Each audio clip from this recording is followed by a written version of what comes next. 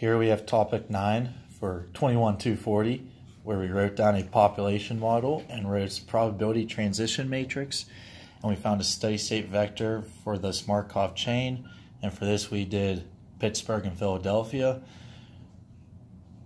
So how we set it up to do the probability matrix is of all residents that live in Pittsburgh and Philadelphia, you have 0.8 that decide to remain in Pittsburgh each year, and 0.3 that move from Philadelphia to Pittsburgh, 0.2 that move from Pittsburgh to Philadelphia, and 0.7 that stay in Philadelphia from Philadelphia. And the way that you go about doing this is you set up a 2x2 matrix and you label it so that you have the people who are originally living in Pittsburgh in one column and the people who are originally living in Philadelphia in the other column.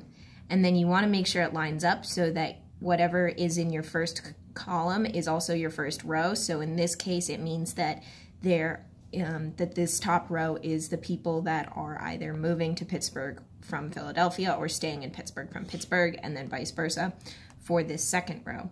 You want to make sure that both of your columns add up to 1 on their own. So obviously 0.8 and 0.2 equals 1, and then 0.3 and 0.7 also equals 1.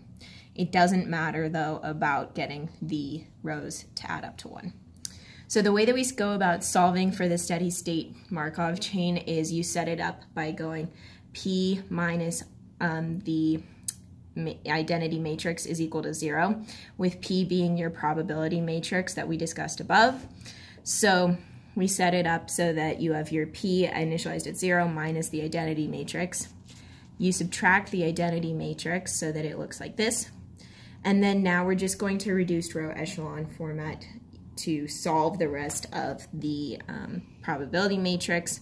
And finally, after we do this, we're going to find that x2 times 1.5 and 1 is going to be the format for our final steady state Markov chain. Now, in order to find the specific solution, we want to find the value of x2 where that multiplied by this is going to total to 1.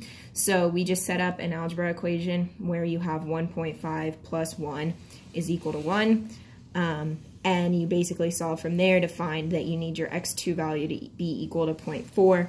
We substitute that in for a c value, and then you solve to find that in order for the population to stabilize, it would be at 0.6 and 0.4.